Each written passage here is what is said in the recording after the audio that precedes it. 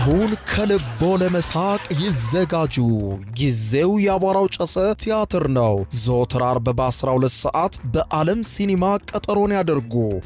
ወይ አቧራው ጨሰ ቅድስት ገብረስላሴ፣ ቃል ኪዳን ታምሮ፣ ሱራፌል ብስራትና አቤል ብርሃኑ የወይኗ ልጅ በድንቅ ሁኔታ ይተውኑበታል። ከኔ ጋር ግን አንግባባም አይደል? ሳቅ እንደ ጥጥ ይፈተላል። በቃላት እያዋዛ በድርጊት ያስደምማል። አው ምስክር የለኝም። አቧራው ጨሰ ልብ አንጠልጣይ ኮሜዲ ቲያትር። ደራሲ ሱራፌል ብስራት፣ አዘጋጅ አቤል ሰለሞን። ዘወትር ዓርብ በ12 ሰዓት በዓለም ሲኒማ እንገናኝ። እናንተ ተወያዩ፣ እኛ እንውጣላቸው አይደል? ወዴት ነው የምትሄደው? አቧራው ጨሰ የዘመኑ ምርጥ ኮሜዲ ቲያትር።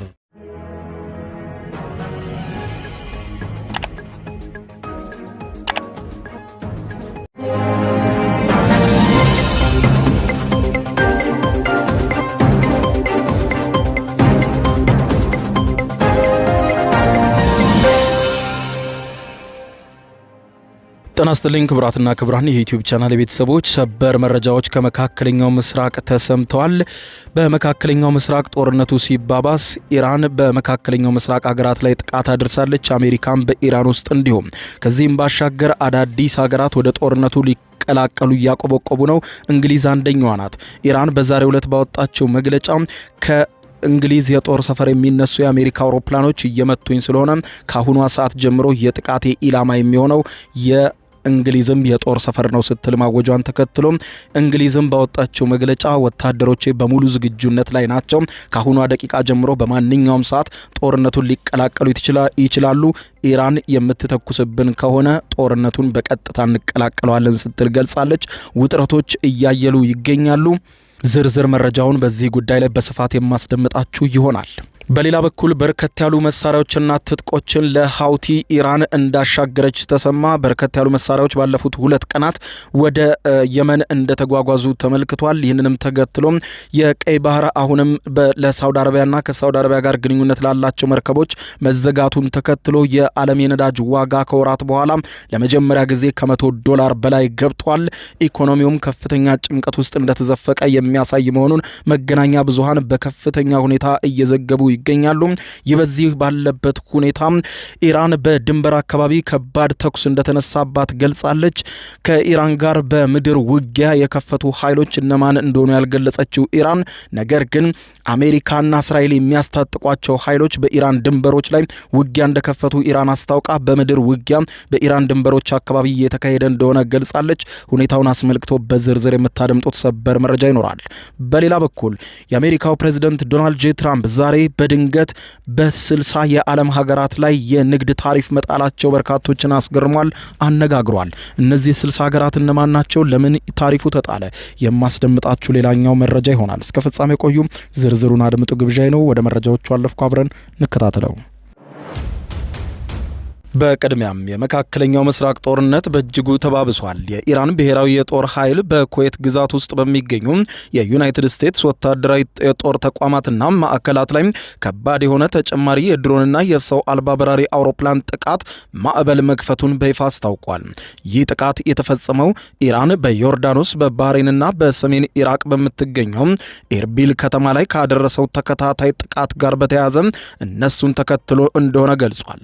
የኩዌት ብሔራዊ የጦር ኃይል በበኩሉ ባወጣው አስቸኳይ መግለጫ የሀገሪቱ የአየር መከላከያ ስርዓቶች ከኢራን አቅጣጫ የመጡ ሰው አልባ በራሪ አውሮፕላኖችንና ሚሳኤሎችን ለመከላከል እየሞከሩ ነው ብለዋል። በተመሳሳይ ባህሬንም በዛሬው ዕለት ሰው አልባ በራሪ አውሮፕላኖችና ሚሳኤሎች እንደተተኮሱባት ገልጻለች። ኢራን እንዳስታወቀችው ከሆነ በበርካታ የመቀጠናው የአረብ ሀገራት ውስጥ በሚገኙ የአሜሪካ ወታደራዊ ይዞታዎች ላይ በዛሬው ዕለት የፈጸመችው ጥቃት ከስካሁኑ የተለየ እንደሆነ እየገለጸች ነው። የባህሬን የሀገር ውስጥ ጉዳይ ሚኒስትር በማህበራዊ ትስስር ገጹ ተከታታይነት ባለው በምስራቅ አቅጣጫ ከፍተኛ የሆነ ጥቃት እየተሰነዘረ ነው በማለት ገልጾ ጥቃቱን ለመከላከል እየሞከርን ነው ብለዋል። የኢራኑ መንግስታዊ ብሮድካስት ቴሌቪዥን ፕሬስ ቲቪ እንደዘገበው ከሆነ ዛሬ ይህ ዘገባ እስከተጠናከረበት ሰዓት ድረስ የኢራን ጦር በባህሬን የሚገኘውን የሼክ ኢሳ የአየር ኃይል የጦር ሰፈርና በዮርዳኖስ በሚገኘው የአልአዝራቅ የአየር ኃይል የጦር ሰፈር ላይ ከባድ ጥቃት መሰንዘሩንና ኩዌትም የጥቃቱ ኢላማ እንደተደረገች ገልጿል። ይህ በዚህ እንዳለ የመካከለኛው ምስራቅ ጦርነት አድማሱን እያሰፋ አዳዲስ ሀገራትንም ወደ ጦርነቱ እየጨመረ ይገኛል። እንግሊዝም ወደ ጦርነቱ ለመቀላቀል ዋዜማው ላይ ያለች ትመስላለች። ኢራን በዛሬው ዕለት ከሰዓታት በፊት ባወጣችው መግለጫ እንዳወጀችው በአሜሪካ ኃይሎች አሁን ላይ አገልግሎት ላይ የሚውሉትን የእንግሊዝ የጦር ሰፈሮች ሙሉ በሙሉ ከአሁን ሰዓት ጀምሮ በሚሰነዝራቸው ጥቃቶች የጥቃት ኢላማዬ ሆነዋል በማለት የገለጸች ሲሆን ከዚህ በኋላ በሚሰነዘሩ ጥቃቶችም የእንግሊዝን የጦር ሰፈሮች ያካተቱ ይሆናሉ ስትል ገልጻለች። ይህንን የኢራንን መግለጫ ተከትሎ የእንግሊዝ መንግስት አስቸኳይ መግለጫ ያወጣ ሲሆን ለሚሰነዘርብኝ ማናቸውም ጥቃት ራሴን ለመከላከልና ጦርነቱን ለመቀላቀል በዝግጁነት ላይ ይገኛለሁ። ቀድሞውንም ወታደሮችም በቀን ለ24 ሰዓት በሳምንት 7 ቀን ሙሉ በሙሉ ዝግጁ ናቸው ያለችው እንግሊዝ አሁንም ቢሆን ጦሯ በተጠንቀቅ መሆኑን ገልጻ ጦርነቱን በማንኛውም ሰዓት እንደምትቀላቀለው ገልጻለች። እንግሊዝ ዩናይትድ ስቴትስ አሜሪካውያን ወታደሮችንና የጦር አውሮፕላኖችን ከሚያስተናግዱበት የእንግሊዝ የጦር ሰፈር በመነሳት የመከላከያ ዘመቻዎችን እንድታካሄድ የፈቀደች ቢሆንም በኢራን ላይ የሚደረጉ ቀጥተኛ የማጥቃት ኦፕሬሽኖች ላይ ለመተግበር ግን ፈቃደኛ ሳትሆን እስካሁን ጦርነቱን ዳር ሆና ስትመለከት ቆይታ ነበር። ይሁን እንጂ አሁን የጦር ሰፈሯን አሜሪካ እንድትጠቀምበት የፈቀደችው እንግሊዝ የአሜሪካ ኃይሎች ላለፉት ቀናት በኢራን ላይ እያደረሷቸው ያሉ ተከታታይ ምቶች ከእንግሊዝ የጦር ሰፈር እየተነሱ የሚደረጉ ጥቃቶች መሆናቸው ይታወቃል። የኢራን ውጭ ጉዳይ ሚኒስትር አሁን ባወጣው መግለጫ እንዳለው ከሆነ በአሜሪካ ጦርነት ውስጥ ተባባሪ ወንጀለኛ ሲል የፈረጃት እንግሊዝን ኃያሉ የኢራን እስላማዊ አብዮታዊ ዘብ ወታደራዊ ክንፍ በበኩሉ ለአሜሪካ ወታደራዊ ድጋፍ የሚሰጥ ማናቸውም ሀገር በሙሉ ለሚደርስበት አውዳሚ መዘዝና አጸፋ ሙሉ ኃላፊነቱን እንደሚወስድ ማወቅ አለበት ብለዋል። የአሜሪካው ፕሬዝዳንት ዶናልድ ጄ ትራምፕ የእንግሊዝ መንግስትና የቀድሞ የእንግሊዝ ጠቅላይ ሚኒስትር ኪር ስታርመር ለጦርነታቸው በቂ ድጋፍ አልሰጡኝም ሲሉ በተደጋጋሚ እንግሊዝን የተቹት ዶናልድ ጄ ትራምፕ አሁን ግን እንግሊዝ አዲስ መሪ ማግኘቷን ተከትሎ የጦር ቤዙም ለጥቃት ክፍት ሆኖላታል ለአሜሪካ። ይህንን ተከትሎ ኢራን ጥቃቶች እየተሰነዝሩብኝ ያለው ከእንግሊዝ የጦር ሰፈር በመሆኑ ከዚህ ሰዓት በኋላ የህጋዊ ኢላማ ዝርዝሬ ውስጥ አስገብቻታለሁ ስትል ኢራን እንግሊዝን ገልጻታለች። እንግሊዝም ዛሬ ከሰዓቱም በኋላ ለሚሰነዘር ማናቸውም ጥቃት ተዘጋጁ ስትል ወታደሮቿን በሙሉ ዝግጁነት ላይ እንዳለች ገልጻለች። ከኢራን ለተሰነዘረው ዛቻ በዛሬው ዕለት ምላሽ የሰጡት የብሪታንያ መንግስት ቃል አቀባይ እንዳሉት ከሆነ የኛ የጦር ኃይሎች ዩናይትድ ኪንግደምን በግዛታችንም ሆነ ከውጭ ከሚሰነዘርብን ማናቸውም አይነት ጥቃት ለመጠበቅ ሙሉ በሙሉ ዝግጁ ናቸው። ብሪታንያም ራሷን ለመከላከል በቀን 24 ሰዓት በሳምንት 7 ቀን ሙሉ ዝግጁ ናት። ይህ ዝግጁነት ከኔቶ አጋሮቻችን ጋር በቅርበት በመስራት በሮያል ኔቪ በብሪታንያ የጦር ኃይልና በሮያል አየር ኃይል ንብረቶች የሚቀርበውንና የተለያዩ ዘመናዊ አቅሞችን ያካትተው የተደራረበ የአየርና የሚሳኤል መከላከያ አሰራርን ያካትታል ብለዋል። በግጭቱ ዙሪያ ያለን አቋም አልተቀየረም።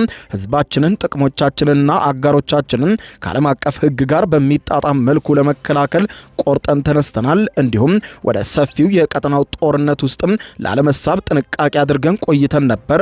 አሁን ግን ጦርነቱን የምንቀላቀልበት እድል ሊፈጠር ይችላል ብለዋል። ይሄውም በእኛ ላይ ቀጥተኛ ጥቃት ከተሰነዘረ ነው ብለዋል።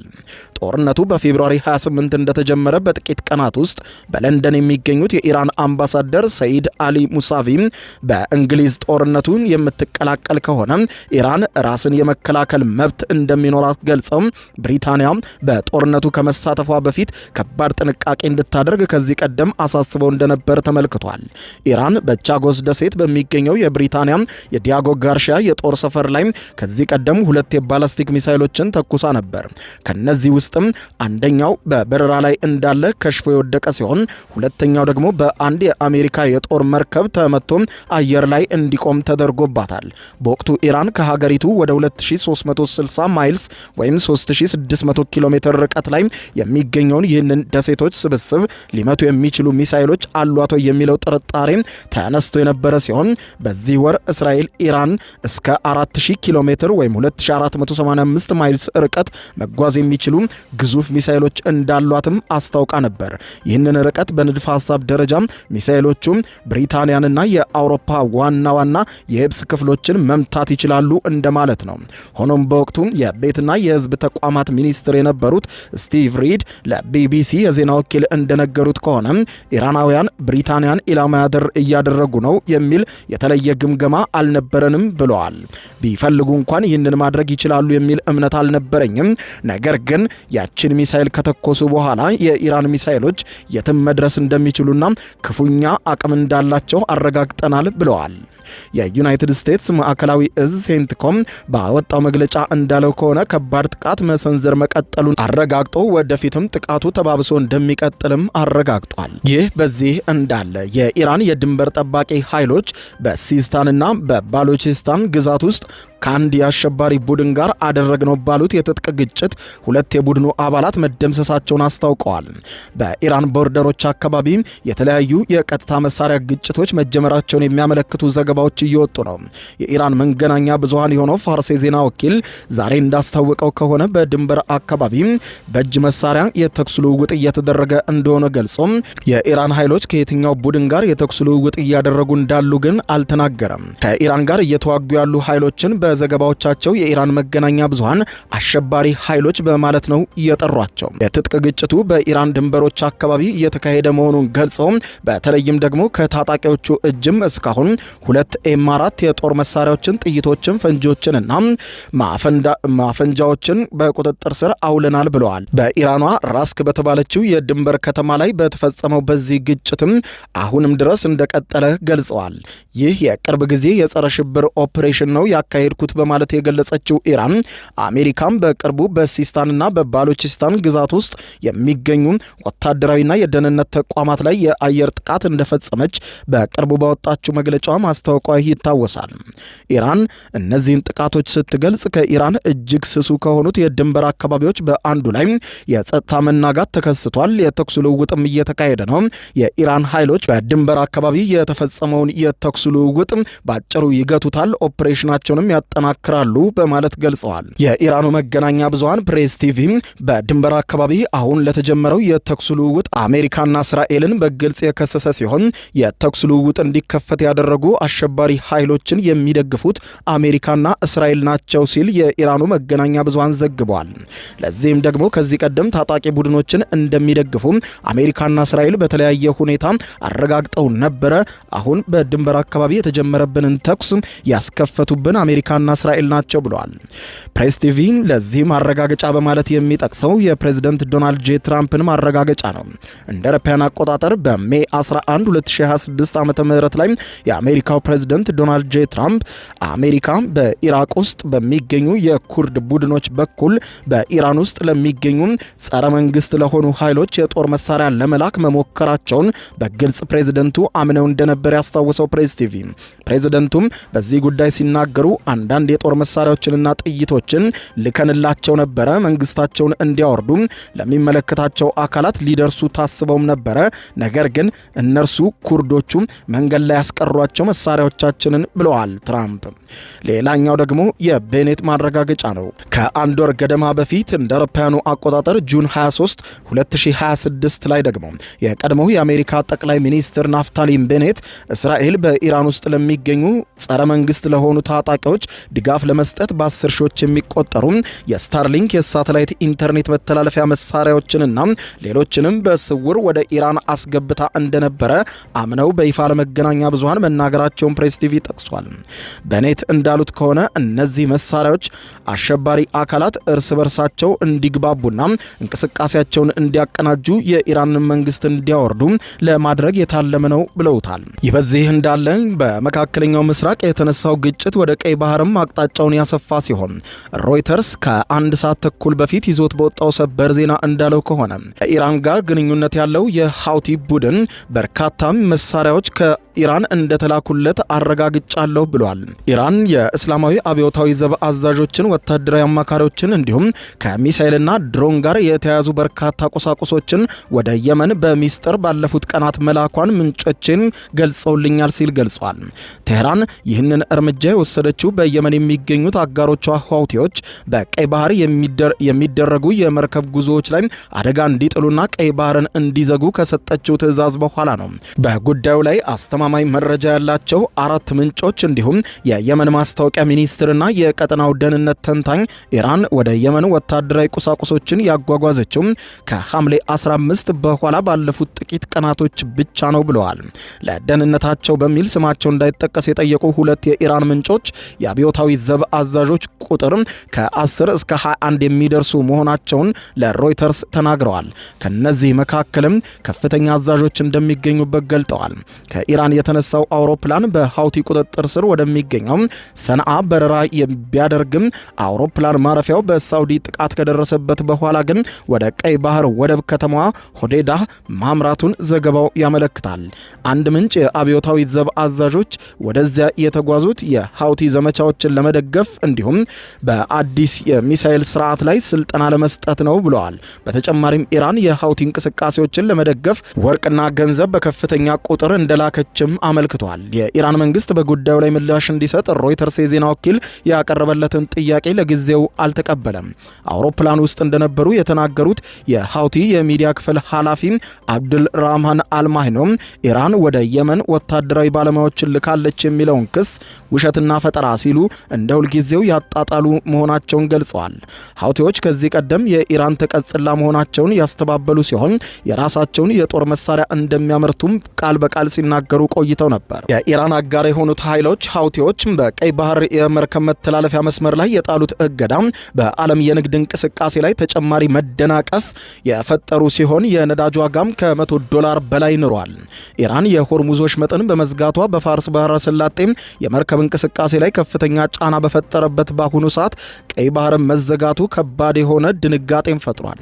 የሃውቲ ወታደራዊ ቃል አቀባይ የህያ ሳሪ እንደተናገሩት ከሆነ በመርከቦች ላይ እቀባው የተጣለው ሃውቲዎች በሚቆጣጠሯቸው አካባቢዎች በሚገኙ ወደቦችና አውሮፕላን ማረፊያዎች ላይ ሳውዲ አረቢያ ለጣለችው እገዳና ለፈጸመችው ጥቃት ነው ብለዋል።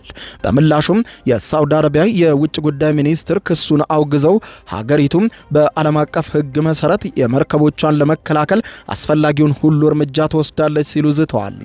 12 ዓመታትን ባስቆጠረው በሳውዲ አረቢያና በየመን ፍጥጫ ጦርነት ከ150 ሺህ በላይ ሰዎች እስካሁን ህይወታቸው ሲቀጠፍ በተባበሩት መንግስታት ድርጅት ግምት መሰረት ከ22 ሚሊዮን በላይ ሰዎችም ለእርዳታ ፈላጊነት ያጋለጠ ዓለም አቀፍ ቀውስ እንደተፈጠረ ያመለክታል። መቀመጫውን ለንደን ባደረገው የቻተም ሃውስ ባለሙያዎች ስብስብ ውስጥ የመካከለኛው ምስራቅ ጉዳዮች ባለሙያ የሆኑት ፋራሂ ለቢቢሲ የዜና ወኪል እንደነገሩት ከሆነ ሃውቲዎች የባህር ላይ እንቅስቃሴን ለማደናቀፍ የጦር መሳሪያ አቅሙ በከፍተኛ ቁጥር አላቸው ብለዋል።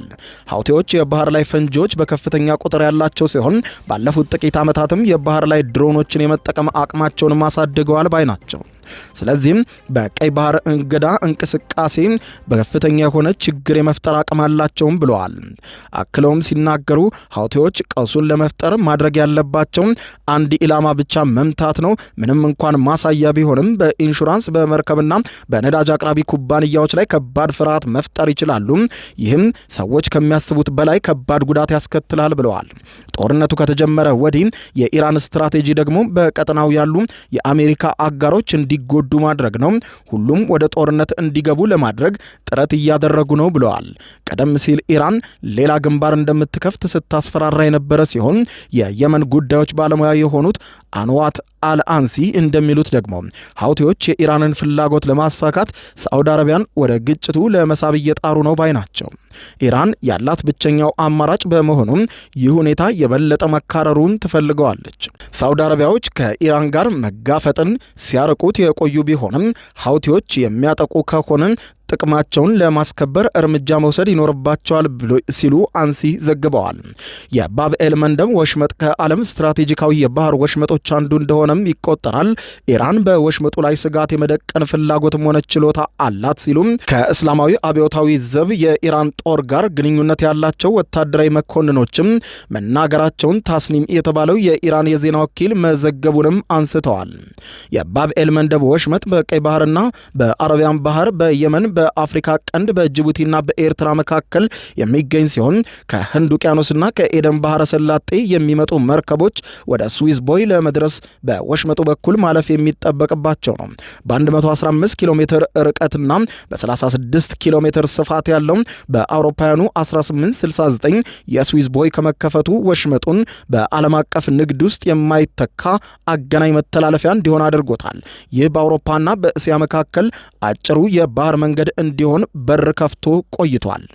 ይህ በዚህ እንዳለ የአሜሪካው ፕሬዝዳንት ዶናልድ ጄ ትራምፕ በበርካታ ሀገራት ላይ አዲስ ታሪፍ መጣላቸው በርካቶችን አስገርመዋል።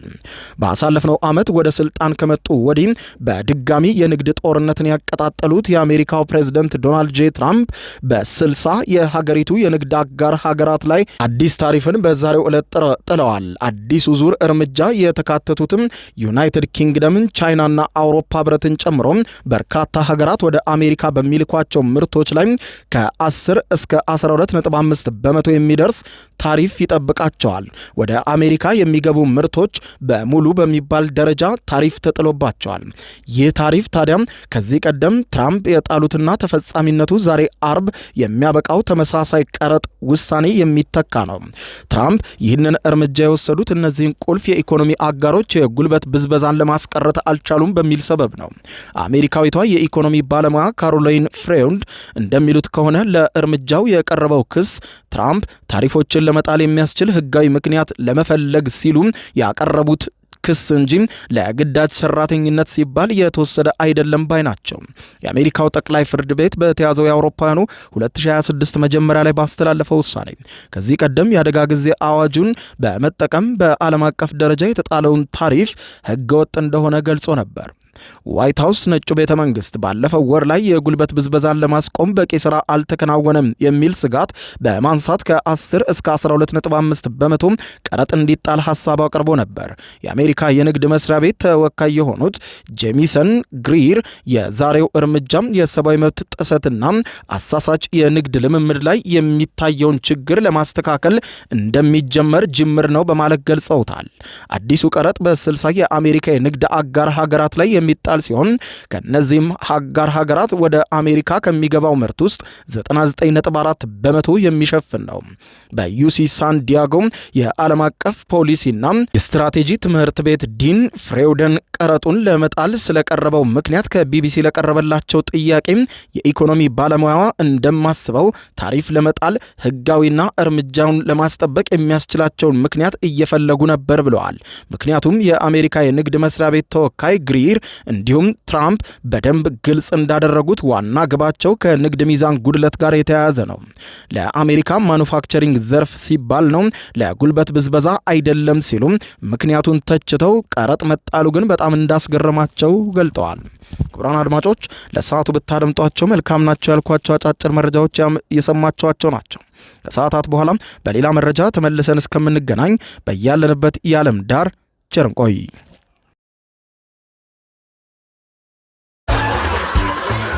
አሁን ከልቦ ለመሳቅ ይዘጋጁ።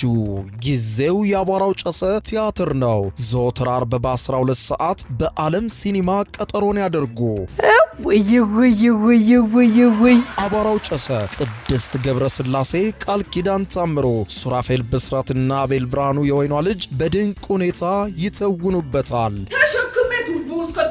ከኔ ጋር ግን አንግባባም አይደል? ሳቅ እንደ ጥጥ ይፈተላል። በቃላት እያዋዛ በድርጊት ያስደምማል። አዎ ምስክር የለኝም። አቧራው ጨሰ ልብ አንጠልጣይ ኮሜዲ ቲያትር። ደራሲ ሱራፌል ብስራት፣ አዘጋጅ አቤል ሰለሞን። ዘወትር አርብ በ12 ሰዓት በዓለም ሲኒማ እንገናኝ። እናንተ ተወያዩ፣ እኛ እንውጣላቸው አይደል? ወዴት ነው የምትሄደው? አቧራው ጨሰ የዘመኑ ምርጥ ኮሜዲ ቲያትር። የዩቲዩብ የስኬት ሚስጥሮችን በዝርዝር የያዘው የአቤል ብርሃኑ የወይኗ ልጅ መጽሐፍ ሁለተኛ እትም በገበያ ላይ። ዩቲዩብ ለመጀመር በአጭር ጊዜ ስኬትን ለመቀዳጀት አስበዋል? ዩቲዩብ ብጀምር ስንት ብር አገኘሁም ብሎ አስበዋል? እንግዲያውስ በዩቲዩብ 2 የወርቅ 3 የብር ሽልማቶችን ያገኘው የአቤል ብርሃኑ የወይኗ ልጅ የዩቲዩብ ሚስጥሮች መጽሐፍ በዝርዝር ሁሉንም ያብራራሉታል። ዛሬውኑ ገዝተው ህልሞን እውን የሚያደርጉበትን የዩቲዩብ የስኬት መንገድ ይጀምሩ። በሀገር ቤት አከፋፋይ አዲስ አበባ ሜክሲኮ ኮሜርስ መጽሐፍት መደብር በውጭ ሀገራት ለምትገኙ ከአማዞን ላይ ብታዙ በቀናት ውስጥ ደጁ ይደርሳል። የአማዞን ሊንኩን እዚህ ቪዲዮ ኮሜንት ላይ ያገኙታል። የዩቲዩብ ሚስጥሮች፣ ዘመኑ ጋር ተፈላጊ መጽሐፍ